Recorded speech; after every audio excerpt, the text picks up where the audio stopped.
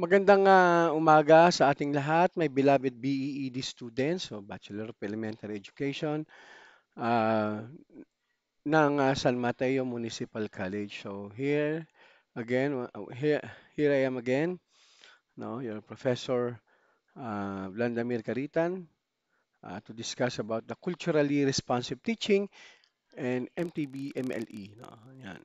Empowering diverse learners. So this is a core competency for BED second year students na nasabi kong school. So, so these are our learning objectives for today. So number one, define culture, CRT, and MTB-MLE. Yan. Pero siguro yung MTB-MLE, hindi ko na to masyadong i-delve kasi matagal na natin ito na-discuss, no? Yan. So, explain the theoretical and legal basis for MTB-MLE. So, siguro sa susunod na video na to, analyze the core principles of CRT, develop practical strategies for integrating culture and language in the classroom. So, bago ang lahat, kasi nga CRT, no? Ano nga ulit yung ibig sabihin ng ano, no? Culturally responsive teaching. So, we need to define first what culture is, no? Ano ba ang kultura? So, culture is the characteristics, knowledge, and beliefs of a particular group encompassing language, religion, social habits, arts, etc. So, culture affects how people learn, remember, reason, and communicate. Yan. So, for example, sa lipunan nila, no, may mga pinaniniwalaan sila. Halimbawa, yung mga, sino ba magandang example nito? Kunyari, ang ang mga Muslim, no, meron silang paniniwala na hindi marumi ang pagkain ng baboy, 'di ba? So, makakaapekto 'yon sa kanilang pagkatuto, no? Sa kanilang pagkatuto sa pag-aaral, 'di ba? So, um, at dahil makakaapekto 'yon, um, the teacher must be sensitive enough not to give examples that inimical to their belief, no? O kaya nakasasakit sa kanilang paniniwala. Ah, so halimbawa, nag-discuss ka, no? Meron akong 3 piraso ng baboy, no? 3 hiwa ng baboy. Kinain ko yung isa. Ilan ang natira? So, para sa mga kapatid nating Muslim, hindi pwede yung ganong klase ng example because that is blasphemous, no? Hindi nila pag sinabing blasphemous, no, parang it's again ano, parang kabastusan 'yon sa kanilang Panginoon, no, kaya sa kanilang Diyos. So we must be sensitive to those people around us, especially when we are going to teach the mother tongue. Not only the mother tongue, but other subjects as well. No? So what is culturally responsive teaching? No? So according kay Gay, no, i-close ko muna yung camera ko dahil ako ay nasisilaw, no.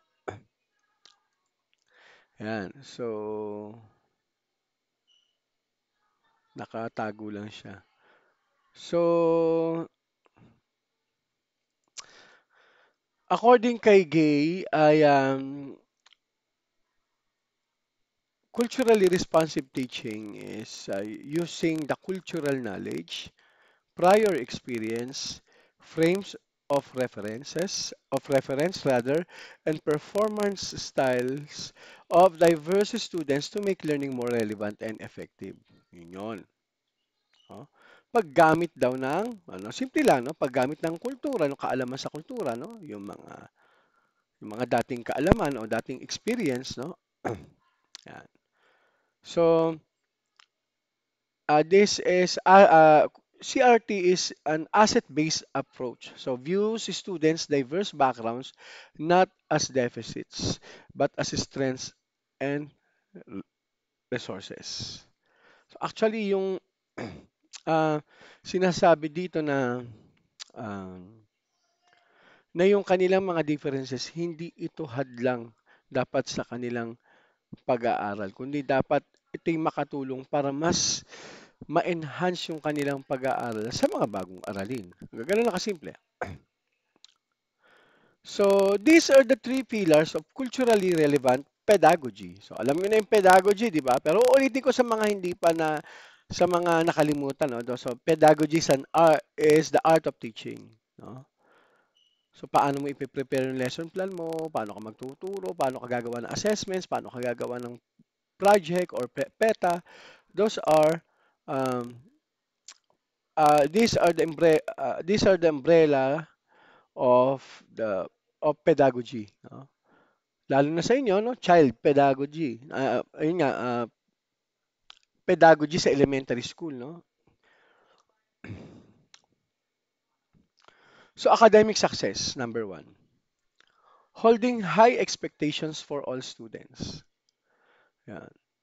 Cultural competence, helping students affirm and appreciate their culture while developing fluency in at least one other. Diba? So, tingnan nyo, sa Pilipinas, no, kahit pa paano nabubuhay naman ng kultura eh, no? Siguro lalo na kapag mga Filipino month, no? Nabubuhay ang ating barong, no? Pero yung halimbawa, yung tawag dito, yung barong parang ano eh, bahagi yan ng ating kultura. Tapos uh, nag-e-evolve siya hindi lang dahil sa pangangailangan, kundi dahil na rin sa trend, no? So, dahil dito, dahil nag-e-evolve ang barong, no? Not only as a traditional fashion sense, kundi isa na rin siyang trending, no? Bago, no? Kumbaga neoclassical, no? Isang bagong konsepto mula sa isang lumang ideya. So, ganun din ang nangyayari sa mga bata na may different cultural background. So, maaaring mag-update sila ng kanilang kaalaman without actually um, setting aside uh, their cultural aspect, no? So, critical consciousness teaching students to identify, analyze, and solve real-world problems, especially those causing societal inequalities. Yan. Napakaganda nito. So, may mga times kasi, no, lalo na yung ibang katutubo dati, pinapaalis sila sa kanilang mga lugar. Bakit? Hindi nila alam na yung lupa na yun may may-ari na. Eh samantalang may ano eh, may eminent domain eh. Ibig sabihin wala pa yung may-ari ng lupa, nandoon na sila. Ninuno pa nila, nandoon na. So, magkakaroon sila ng consciousness na may karapatan pala sila sa mga bagay na akala nila ay wala, no? Kaya kailangan talaga ng ng culturally relevant pedagogy, no? Para to help those cultures, no, or societies thrive, survive at least. So ano ba yung legal basis ng ito na pala yung MTB-MLE. Ito yung ating ano no. Ito yung ating isa sa mga unique features, siyempre mother tongue kasi ang daming ng languages dito sa Pilipinas eh. So, what is the legal basis of the MTB-MLE? Of course, the Republic Act 10533, Enhanced Basic Education Act of 2013. Yan. So, ito yung sa may K to 12. No? So, education where the learner's mother tongue and additional languages are used in the classroom. Ito, lagi ko nang dinidiscuss sa inyo. Si L1, si mother tongue. Sa Pilipinas, kapag halimbawa galing ka sa ibang probinsya, tapos meron kayong sariling language, no? Ang Filipino ang automatic na magsisilbing L2 o language 2 at siyempre dudugtungan na ng English. So, why MTB MLE? no? Bakit nga ba MTB, MLE? So, strong foundation. L1 provides strong cognitive foundation. Napaliwanag ko na to dati. L1 builds a bridge to learning. L2 and L3 and promotes higher order thinking skills and conceptual understanding from day one. Yan. So bakit yon? Yun yung sinasabi kong bakit mahalaga na pag-aralan ang MTB, MLE. So, the interdependency principle, concepts and skills learned in L1 transfer to L2. Strong L1 leads to stronger L2 development. So this validates the use of the mother tongue as a foundational asset. Yan. So dati tinitignan itong weakness, no? Actually, ngayon nga. So yun nga, excuse lang kasi may dumating na isang estudyante, no? Pero ayun nga, nasabi ko kanina, no? So ang paggamit ng mother tongue as a foundational asset ay maganda para sa pagkatuto ng bata. Pero yun nga, parang bumalik na naman tayo sa square one kasi tinanggal na naman ang mother tongue ngayon as a formal and ano ba yung ano, parang iba. Kumbaga, stand-alone subject. So, hindi na siya stand-alone subject. Makikita mo na lang siya sa course ang pagtuturo mo, pero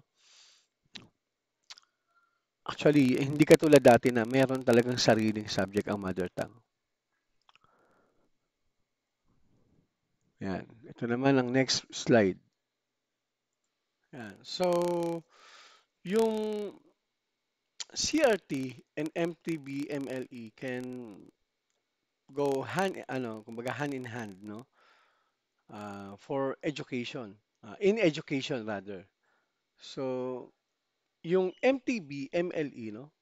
Mother tongue based multi-language education is a form of culturally responsive education because number one, it validates the learner's L1 in home culture.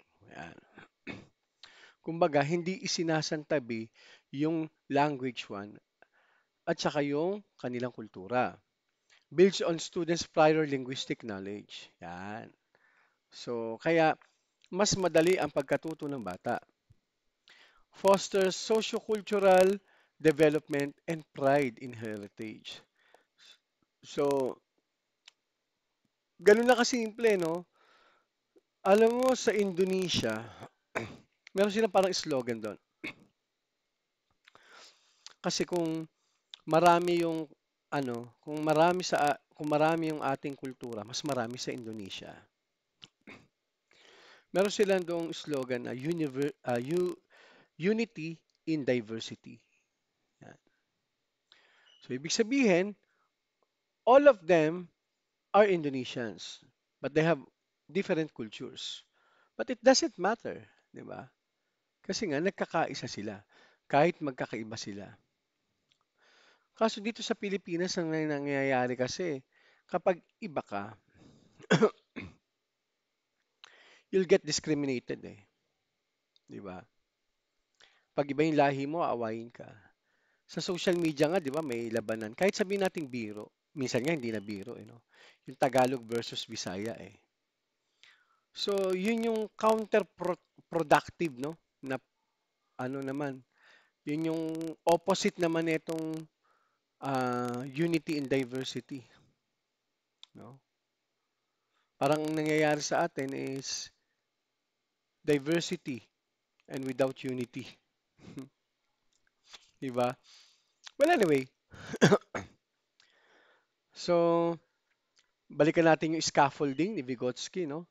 So, use the mother tongue to scaffold the understanding of academic content taught in the language of instruction.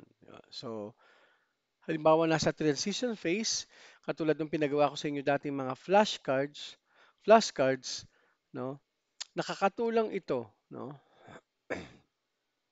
Para para mas ah, maintindihan ng bata ang mga basic concepts using their mother tongue, no?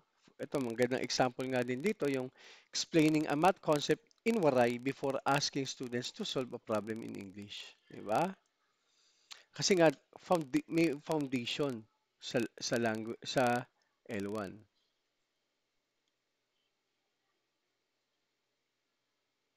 So, ito naman yung stages ng MLE program. So, culturally informed transition. No? So, stage 1, learning entirely in the child's home language. Simple lang. So, pangalawa, building fluency in L1, oral introduction in L2. And stage 3, building oral fluency in L2, introduction of L2 literacy. So, hindi nga siya, ano, no, kumbaga yung kultura nila hindi kalaban, no? Yung language nila hindi kalaban sa MTB MLE. Bagkus ginagamit siya as a way na matuto yung bata. So, ano ba yung mga benefits, no, when it comes to sociocultural aspects, yung CRT, MTB, MLE? So, they will feel valued and respected. They will feel confident, and of course, they will feel, no, connected. No? Lalo na kung kasama sa pag-develop ng MTB, MLE ang community, pati na rin ang mga parents. So, ito naman yung mga problema, mga deficit nga ng mga maaaring problema na makaharap. So, culture. Yan. L1 is a barrier to learning English Filipino. Yun yung number one challenge. So, sa ano, no? Sorry, no, mali pala yung ano ko, no? Challenging the deficit mentality. So, sa deficit view, culture is a barrier. Pero sa CRT, MTB, MLE view, culture is an asset and resource for academic success. So, may tinatawag dito ngayon na translanguaging as a CRT strategy. So, the pedagogical use of students' multiple language as an integrated communication system to deepen learning and understanding rather than treating them as separate skills. So, yun yung tinatawag na translanguaging, no? So, it allows students to float between language as needed. Actually, karamihan ng Pilipino ganito eh, no? Um, sa atin nga madalas tayong mag-code switch eh, no? Parang translanguaging na rin 'yan eh, no? Kasi we go from one language to another, especially ito nakikita ko, no, since halimbawa lalo na sa wikang Tagalog, no. Maraming mga nagsasalita ng Tagalog, lalo na yung parte ng mga Metro Manila, something like that. They do not have the mastery of the Filipino language. Aminin natin 'yon. Unlike nung mga Indonesian, Malaysians, no? May mastery talaga sila. Ang galing nilang magsalita ng language nila. Ang Pilipino, hindi. Uh, Actually, marami nga tayong walang vocabulary sa Tagalog eh. That's why ano eh, we code switch eh. At dahil nga wala tayong mastery sa Filipino, at medyo nag-struggle pa rin marami sa atin sa language na English, so nagkakaroon ng pagsasama. Yun na lang ang pinakatugon, no? Yung actually may term nga yan, no? Taglish, no? Yun yung pero dito kasi sa languaging, no? Maaring ang ah, maaring ang ginagawang technique dito, no? Bawa lalo na sa mga bata yung may ibang language, no? Maaring ipaliwanag mo, i-discuss mo na in English or in Filipino tsaka pwedeng ipaliwanag in local language.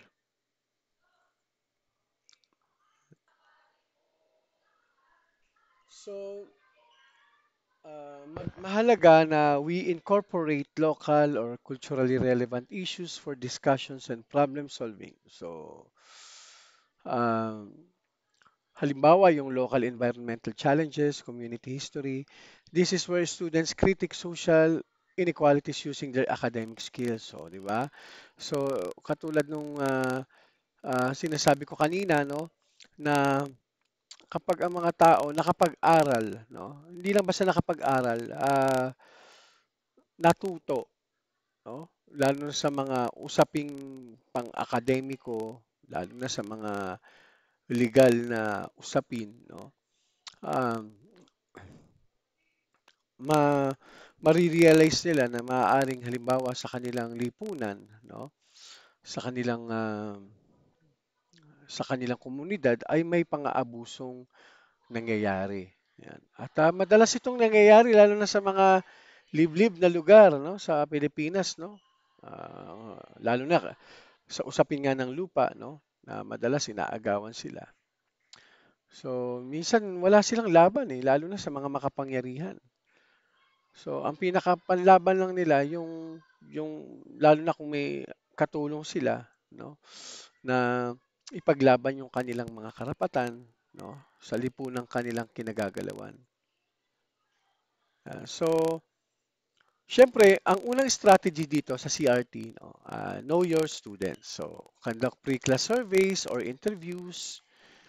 Yun, ano ba yung hobbies nila, interest, family background, and community. Yun. So, identify the dominant L1s and cultural groups in your class.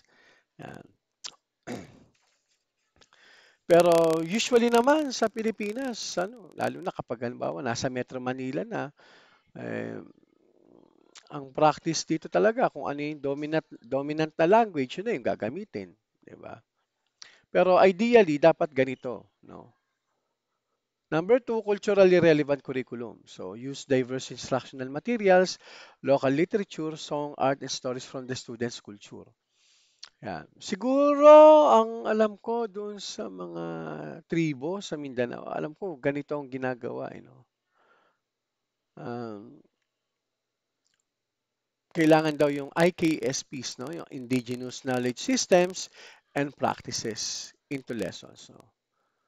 So, for example nga dito, using local farming methods in science class, 'di ba? Mas madali, 'di ba? Kasi hands-on talaga at evident na doon sa kanilang kultura yung ituturo mo. So tie academic content, no? Contextualized learning, no? For example, math science to students' social, communities, and real-world problems. So for example, creating word problems using local market products or popular local games. Yan. Kasi nga, katulad nung dati ko pang sinasabi, mas makaka-relate ang bata kung alam nila kung ano yung pinag-uusapan nila. So strategy 4, reconsider classroom environment. So display visual aids, posters, and bulletin boards that reflect the diverse linguistic and cultural backgrounds of your students. So use dual language labels for objects. Create a welcoming space where all cultures are seen and valued. No? Pero yun nga, katulad ng sinasabi ko, in reality, lalo na sa mga lugar, no, alam mo, sa mga Metro Manila, kung ano lang yung talagang dominant na language, yun lang yung ginagamit. Pero I think this is more evident in many societies or many provinces in the Philippines where they use mother tongue. No, they have mother tongue. No, I mean the local language. Then they use the L2, the Filipino language, as a support. No, as a support language to learn, no, second language para matutunan yung iba pang mga concepts. So strategy 5, use culturally appropriate instructional methods. So cooperative, collaborative learning, no? O kaya yung tinatawag na group work, which aligns with many cultural values katulad ng bayanihan and pakikisama. So be mindful of different communication styles. Kahit nga sa language eh. May mga words sa ibang local language na maaring bothersome ang kahulugan nito sa Filipino language, sa national language natin. Kaya be mindful, no? Not only with communication styles but with some words actually used, no, by the local languages. So strategy 6 is engage parents and community. Utilize parents or community elders as resource speakers to share local history, traditions, or occupational expertise. No? So, mahalaga ito lalo na sa mga eskwelahan. No? Sa technical na term, ito yung tinatawag na partnerships and linkages. Yan. So, send communications in the student's L1 when possible to ensure understanding and partnership. So strategy 7, developing multiliteracies. So instruct students in reading and writing across different mediums, visual, digital, spoken, and written forms. So encourage projects where students use their L1 and L2, L3 in a single output. Yun. So yung tinatawag na bilingual or in some case trilingual presentation. Ayan. Actually, nagawa natin 'to, 'di ba? Gumawa tayo ng big book at I'm so happy, no? And honored na na marami sa ating klase ang they speak different local languages. So, this the said project is actually successful with those people, no? Not only we learn different languages, but we also empower those local languages. And that's the main point naman why we studied the MTB-MLE. So allow students to demonstrate understanding using their L1 or a combination of languages or translanguaging. Incorporate performance-based tasks that are culturally relevant. Yan. Yan culturally relevant. Although ngayon may idinadagdag na rin ngayon yung mga SDG goals, ganyan, dapat hindi mawawala pa rin yung cultural relevance, no, ng mga mag-aaral para hindi set aside, no? Hindi nila maramdaman na they are being set aside. So developing sorry, reflection for future teachers, critically examine your own socio-cultural biases and beliefs, no? Okay, maniniwala sa social media na dapat magkaaway ang Bisaya at saka Tagalog. Ha? Hindi dapat 'yon. Hindi dapat. Recognize and confront any negative attitudes towards diverse students groups. Commit to continuous professional development on cultural diversity in MTB-MLE. So tandaan niyo lang yung sinabi, no, yung slogan ng no, ng Indonesia, no, unity and diversity. Napakahalaga nun. Kung ma-adapt natin sa Pilipinas yun, much better. So you are the bridge actually, your pre-service teachers, no? You help students navigate the school's culture and their home culture. Yan.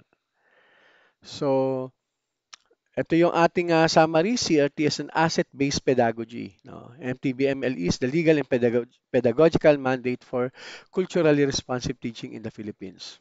L1 is a foundation, not a barrier. Yan. So high expectations and cultural affirmation are inseparable. No? Kaya nga sa mga bansang may malaking pagpapahalaga sa kultura, mas umuunlad sila. Japan, no? South Korea, China, Vietnam ngayon, no? Makikita mo ang pag-unlad nila. Kasi nga, they are not setting aside other cultures. They enrich it actually. So what are the challenges and opportunities? So challenges, lack of L1 materials. No? Kailangan talaga to. Need for deeper teacher training. Varying language proficiencies among teachers. So, opportunities, stronger student engagement, higher achievement, preservation of cultural heritage. So, kayo, yung mga SMM CBED second year student, no? Ito yung commitment nyo, no? You are the future culturally responsive teachers of the nation. Embrace the diversity of your learners. No? Katulad ng ginagawa din natin sa loob ng klase na we embrace other um, other languages. No? So sabi nga ni Nelson Mandela, if you talk to a man in a language he understands, that goes to his head.